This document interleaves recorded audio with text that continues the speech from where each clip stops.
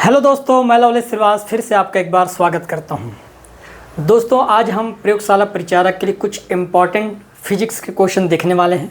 ठीक है भाई, तो देखिएगा पहला सवाल, निम्नलिखित में एसआई यूनिटों में कौन सी सही सम्मिलित नहीं बोला गया है। ये चार ऑप्शन दिए गए हैं, चार ऑप्शनों में से कोई तीन सम्मिलित होगा और एक क्या है वो सम्मिलित नहीं होगा, उसी को आपको क्या करना है बताना है। तो यहाँ पर दिया गया है कार्य का मात्रक दे रखा है जूल। क्या कार्य का मात्रक जूल होता है? तो हमको पता है कि भाई कार्य का जो मात्रक होता है ये जूल तो सही है। बल का मात्रक क्या होता है? एसआई पत्ती में न्यूटन होता है ना। द्रव्यमान का मात्रक क्या होता है? किलोग्राम होता है। और दाब का क्या होता है? डाइन।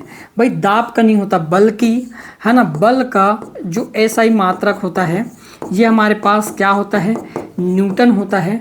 और यदि हम सीजीएस की बात करें, बल का ही सीजीएस पद्धति में यदि मात्रक की बात करें तो डाइन होता है।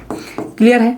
जबकि यदि हम बात करें दाब के एसआई मात्रक क्या होता है तो आपको पता होना चाहिए पास्कल होता है। तो आपका करेक्ट आंसर क्या हो जाएगा दोस्तों? ऑप्शन नंबर जो डी होगा ये हमारा यहाँ पर क्या होगा? राइट आंसर होगा कि भाई दाब का एसआई मात्रक डाइन नहीं होता बल्कि क्या होता है? पास्कल होता है। क्लियर है? आगे बढ़ते हैं। बल का मात्रक है बोला गया है। अब बल का मात्रक आपके पास चार ऑप्शन दिए गए हैं, फैराडे, फर्मी, न्यूटन और रदरफोर्ड। इनमें से जो बल का मात्रक है वो हमको क्या करना है? फाइंड आउट करके बताना है। तो बल का मात्रक है तो यहाँ पर देखा है हमने पिछले सवाल में देखे थे कि भाई बल का मात्रक क्या होता है? न्यूटन। ये हमारा क्या हो जाएगा? करेक्ट आंसर हो जाएगा। क्लियर है? आगे बढ़ते हैं। देखिएगा अगला सवाल, डाप्सन इकाई का प्रयोग किया जाता है। ये सीजीपीएससी में है ना, सीजी के जो भी आपके पास व्यापम के एग्जाम में पूछा गया था।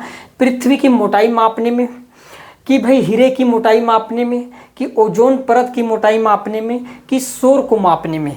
तो किसके मापने के लिए डाप्सन इकाई का उपयोग किया जाता है दोस्तों? तो आपको पता होना चाहिए कि भाई ओजोन है ना, परत की जो मोटाई ज्ञात करने का जो यंत्र होता है उसको हम डाप्सन इकाई से क्या करते हैं? फाइंड आउट करते हैं। तो आपका करेक्ट आंसर क्या हो जाएगा? ऑप्शन नंबर सी जो होगा दोस्तों ये हमारा करेक्ट आंसर हो जाएगा। ये ओजोन क्या करता है? तो ओजोन जो होता है ये समताप मंडल के ऊपरी परत में पाया जाता है, जो सूर्य से आने वाली पराबैंगनी किरणों को है ना पृथ्वी तक पहुंचने से रोकने का काम करते हैं। ठीक है, तो आपका करेक्ट आंसर क्या हो जाएगा? ऑप्शन नंबर जो सी होगा दोस्तों ये हमारा क्या होगा? करेक्ट आंसर होगा। देखिएगा अगला सवाल, पेंडुलम को चंद्रमा पर ले जाने पर उसकी समय अवधि पर क्या प्रभाव पड़ना चाहिए। अब भाई हमको पता है कि जो टाइम की बात करें, यदि आवर्तकाल की बात करें तो आवर्तकाल मूल रूप से डिपेंड किस पर करता है? तो लंबाई और गुरुत्वीय त्वरण पर डिपेंड करता है ना। ये आपके पास लोलक की प्रभावकारी लंबाई और ये है आपके पास गुरुत्वीय त्वरण। अब हमको पता है कि पृथ्वी में गुरुत्वीय त्वरण का मान यदि बात करें T1/T2 इक्वल क्या हो जाएगा? तो अंडर रूट, सिंपल सी बात है, G2 क्या हो जाएगा? G1 हो जाएगा। ये आपके फार्मूला बनेगा। मतलब ये हम कह सकते हैं कि व्युत्क्रमानुपाती है। यदि मान लो जी का मान बढ़ेगा तो आवर्तकाल क्या होगा? कम होगा। और जी का मान घटने से आवर्तकाल क्या होगा? बढ़ने लगेगा। ठीक है भाई। अब पृथ्वी में आपके पास जी का मान कितना होता है? 1 होता है, लेकिन चंद्रमा में कितना होता है? 1/6 होता है। मतलब चंद्रमा में जाने पर गुरुत्वीय त्वरण का मान कम हो जाता है। और यदि गुरुत्वीय त्वरण का मान कम होगा तो सिंपल सी बात है आवर्तकाल बढ़ेगा। और आवर्तकाल टाइम के बढ़ने से आपको पूछा गया है, वही पूछा गया कि समय अवधि पर क्या प्रभाव पड़ेगा। तो समय अवधि क्या हो जाएगी? वहाँ पर बढ़ेगी। आपका आंसर क्या सा हो जाएगा? करेक्ट ऑप्शन नंबर डी जो होगा दोस्तों ये हमारा क्या होगा? करेक्ट आंसर होगा। क्लियर है? आगे बढ़ते हैं। देखिएगा अगला सवाल, पृथ्वी का प्लायन वेग क्या होता है। अब ये एस्केप वेलोसिटी होता क्या है? तो एस्केप वेलोसिटी यदि हम बात करें तो एस्केप वेलोसिटी उस गति को कह सकते हैं या उस स्पीड को कह सकते हैं है ना, या उस वेग को कह सकते हैं जिसे जब किसी वस्तु को पृथ्वी सतह से है ना ऊपर की ओर उछालने पर वो पृथ्वी के वायुमंडल या कुल मिलाकर पृथ्वी के गुरुत्वीय क्षेत्र को पार करके निकल जाए, उस वेग को बोला जाता है प्लायन वेग। और प्लायन वेग जो होता है पृथ्वी के लिए, यदि मैं प्लायन वेग की बात करूं तो कितने के बराबर है? 11.2 किलोमीटर प्रति सेकंड के बराबर है। यदि आप किसी पत्थर को 11.2 किलोमीटर की दूरी 1 सेकंड में यदि आप फेंक सकते हो तो वो पत्थर फिर दोबारा पृथ्वी में नहीं आएगा बल्कि वो अंतरिक्ष में कहीं चला जाएगा। तो इस वेग को बोला जाता है प्लायन वेग या एस्केप वेलोसिटी। तो पृथ्वी का जो प्लायन वेग होता है मेरे प्यारे दोस्तों कितने के बराबर होता है? 11.2 किलोमीटर प्रति सेकंड के बराबर होता है। आगे बढ़ते हैं। देखिएगा अगला सवाल, समुद्र में प्लवन करते हुए आइसबर्ग का कितना भाग समुद्र की सतह से ऊपर होता है। आइसबर्ग की यदि हम बात करें या आइस के छोटे टुकड़े की बात करें तो चाहे वो समुद्र के लिए हो या नॉर्मल कहीं की जगह के लिए हो, यदि कोई भी बर्फ़ का टुकड़ा पानी में डूबा है तो आपको एक चीज़ पता होना चाहिए कि टोटल 10 भाग है उसका, तो 10 भाग में से ये टोटल यदि 10 भाग हैं तो उसमें से एक भाग जो होता है ये हमेशा ऊपर रहता है। कितना भाग? एक। तो हमेशा याद रखना 1/10 भाग क्या होता है? हमेशा ऊपर रहता है। मतलब मैं कह सकता हूँ परसेंट की बात करें कि भाई टोटल 100% यदि बर्फ़ है उसमें से 10% जो हिस्सा होता है वो पानी के हमेशा ऊपर तैरते रहता है। पूरा बर्फ़ पिघलने के बाद पानी के लेवल में कोई चेंजेस नहीं आता यदि हम एक सिंपल पानी की बात करें, है ना। लेकिन आइसबर्ग के पिघलने से, है ना, समुद्र का लेवल तो बढ़ते ही जा रहा है, वो अलग मैटर है। आगे बढ़ते हैं। देखिएगा अगला सवाल, जब शुद्ध जल में डिटर्जेंट डाला जाता है तो पृष्ठ तनाव। अब भाई सरफेस टेंशन क्या होता है? तो पृष्ठ तनाव का मतलब ये है कि भाई ये केवल द्रवों में पाया जाता है ये गुण, है ना। पृष्ठ तनाव का गुण किसका गुण होता है? द्रवों का। मतलब कम से कम आयतन कवर करना है उसका क्या होता है? मेन उद्देश्य होता है पृष्ठ तनाव। अब भाई ये जो होता है आपके पास कि भाई जब जल में डिटर्जेंट, तो डिटर्जेंट जो होता है ये जल में पूरी तरह से घुलने वाली अशुद्धि नहीं है ना। यदि पूरी तरीके से यदि घुलने वाली अशुद्धि को यदि हम पानी में डाल दें, जैसे शक्कर, नमक, ये क्या होता है? पानी में पूरी तरीके से घुल जाता है। तो ऐसे अशुद्धि जो पानी में पूरी तरीके से घुल जाता है, इनको डालने से जल का पृष्ठ तनाव बढ़ता है। लेकिन कम घुलनशील अशुद्धि, जैसे आपने पानी में तेल की बूंद डाल दिए, पानी में डिटर्जेंट डाल दिए, तो इससे क्या होता है? पृष्ठ तनाव बढ़ता नहीं है बल्कि घट जाता है। तो आपका करेक्ट आंसर क्या हो जाएगा मेरे प्यारे दोस्तों? ऑप्शन नंबर जो बी होगा ये हमारा क्या होगा? करेक्ट आंसर होगा। क्लियर है? देखिएगा अगला सवाल, नीचे दिए गए विकल्पों में से किसमें ध्वनि आर पार नहीं जा सकती, है ना। एक स्थान से दूसरे स्थान या आर पार जाने का मतलब है। अब आपके मन में बहुत सारे सवाल होगा कि लोहा से आर पार नहीं।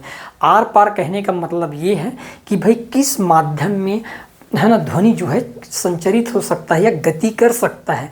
तो हमको पता है कि भाई पानी में ध्वनि की चाल कितने के बराबर होता है? मैं बताया था एक दिन 1500 मीटर पर सेकंड के बराबर। मतलब यदि पानी की बात करें तो पानी में 1500 मीटर प्रति सेकंड की स्पीड से दौड़ लगाते हैं, मतलब 1.5 किलोमीटर एक सेकंड में।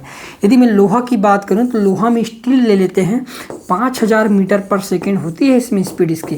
कितनी? 5000 पर मीटर। यदि वायु की बात करें तो एनटीपी पर यदि हम बात करें तो ये लगभग आपके पास 332 मीटर पर सेकंड की है।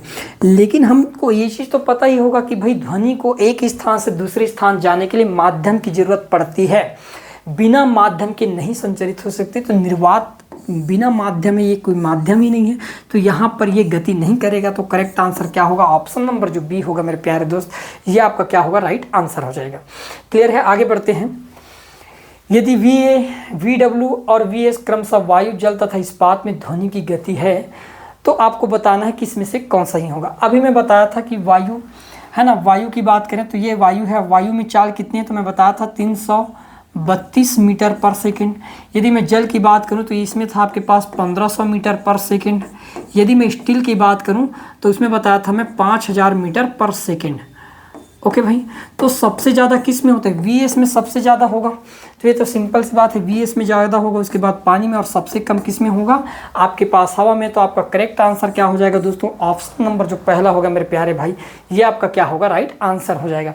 क्लियर है? आगे बढ़ते हैं। देखिएगा अगला सवाल, पराध्वनि तरंगों की आवृत्ति कितनी होती है? मतलब अल्ट्रासोनिक की बात कर रहे हैं, है ना। ध्वनि के हम पता है कि ध्वनि 3 प्रकार के होता है। एक होता है इंफ्रासोनिक, ठीक है, इंफ्रासोनिक।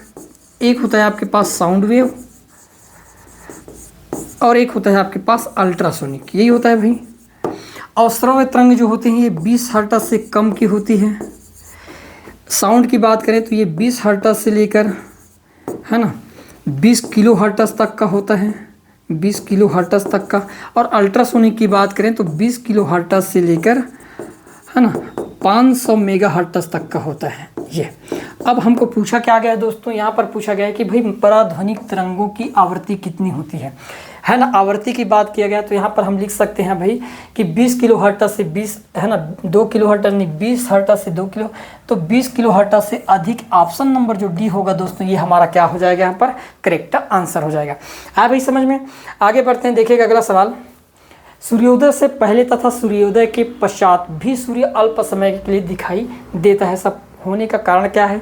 तो दोस्तों हमेशा याद रखना, सूर्योदय से पहले और सूर्यास्त के बाद भी सूर्य के दिखने का कारण होता है केवल अपवर्तन। जैसे आपने नोटिस किए होंगे कि भाई पानी से भरे गिलास में यदि मैं एक छड़ या पेन को ही डाल दूं तो आप देखोगे कि भाई एक निश्चित कोण पर झुकने पर वो पेन मुझे थोड़ा सा है ना झुका हुआ नजर आता है ना। और इसी के कारण क्या होता है, सूर्य में भी काम करता है ना। एक एंगल के कारण सूर्य हमको ऐसा लगता है, आभास होता है कि भाई सूर्यास्त होने के बाद भी हमको लगता है कि सूर्य दिखाई दे रहा है, या सूर्योदय से पहले ही हमको लगता है कि सूर्य उदय हो गया। तो इसका कारण क्या है दोस्तों? तो हम एक ही चीज़ कहेंगे भाई कि भाई वायुमंडलीय अपवर्तन के कारण होता है। ऑप्शन नंबर जो बी होगा ये हमारा क्या होगा? करेक्ट आंसर हो जाएगा।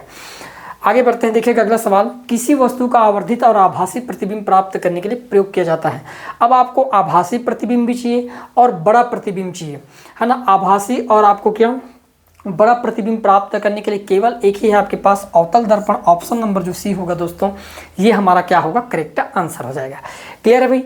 आगे बढ़ते हैं, विद्युत धारा किस उपकरण से नापी जाती है? अब आपके पास है ना करंट को मापने के लिए किस मशीन का या किस इक्विपमेंट का यूज़ करना चाहिए वो पूछा गया है। तो मेरे प्यारे दोस्तों हमेशा याद रखना, करंट को मापने के लिए हमेशा अमीटर का यूज़ किया जाता है। ठीक है, किसका यूज़ करते हैं? अमीटर। और वोल्टेज को मापने के लिए वोल्ट मीटर का यूज़ किया जाता है ना। तो आपका करेक्ट आंसर क्या हो जाएगा? एमीटर होगा। यही हमारा क्या होगा? Correct answer. एमीटर को हमेशा लाइन के सीरीज में जोड़ा जाता है, ये भी आपको पता होना चाहिए। क्लियर है? आगे देखते हैं, विद्युत चुंबकीय तरंगों का वेग होता है। तो विद्युत चुंबकीय जो तरंग है, विद्युत चुंबकीय तरंगों की चाल प्रकाश की चाल के बराबर होता है। और आपको पता होना चाहिए कि भाई प्रकाश की चाल कितने के बराबर होता है? तो हम कहेंगे 3 × 10⁸ मीटर पर सेकंड के बराबर होता है। तो भाई यही तो आपके पास विद्युत चुंबकीय तरंग है। तो करेक्ट आंसर क्या हो जाएगा दोस्तों? ऑप्शन नंबर जो पहला होगा ये हमारा क्या होगा? राइट आंसर होगा। क्लियर है? देखिएगा अगला सवाल कि प्रत्यावर्ती विद्युत धारा को दिष्ट विद्युत धारा में परिवर्तित किया जाता है। अब आप क्या करोगे कि भाई एसी करंट को डीसी करंट में कन्वर्ट करना चाहते हो, तो हमारे पास है डायनेमो। डायनेमो क्या करता है? यांत्रिक ऊर्जा को विद्युत ऊर्जा में करता है, तो ये तो होगा नहीं। यदि मैं बात करूं मोटर द्वारा, तो मोटर तो करता ही नहीं है। ट्रांसफार्मर डीसी सप्लाई पर ही काम नहीं करता। केवल क्या है आपके पास? ऑप्शन नंबर जो डी जो होगा, रेक्टिफायर द्वारा ही हम क्या करते हैं? एसी को डीसी में क्या करते हैं? करंट कन्वर्ट करते हैं। एसी क्या होता है? इस रूप वेवलेंथ में होता है।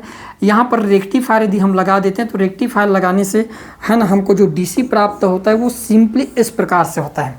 तो वो क्या करता है? रेक्टिफायर एसी को डीसी में आसानी से क्या करता है? कन्वर्ट करने का काम करता है। क्लियर है दोस्तों? तो ये रहा आपके कुछ इंपॉर्टेंट। इसके बाद है ना जो आगे के जो डेली के क्लास, यदि मैं डेली के जो मॉक है ना आपके लिए एमसीक्यू क्वेश्चन लाऊंगा, उनका लेवल भी अच्छा रहेगा और एग्जाम ओरिएंटेड रहेगा। क्लियर है दोस्तों? धन्यवाद।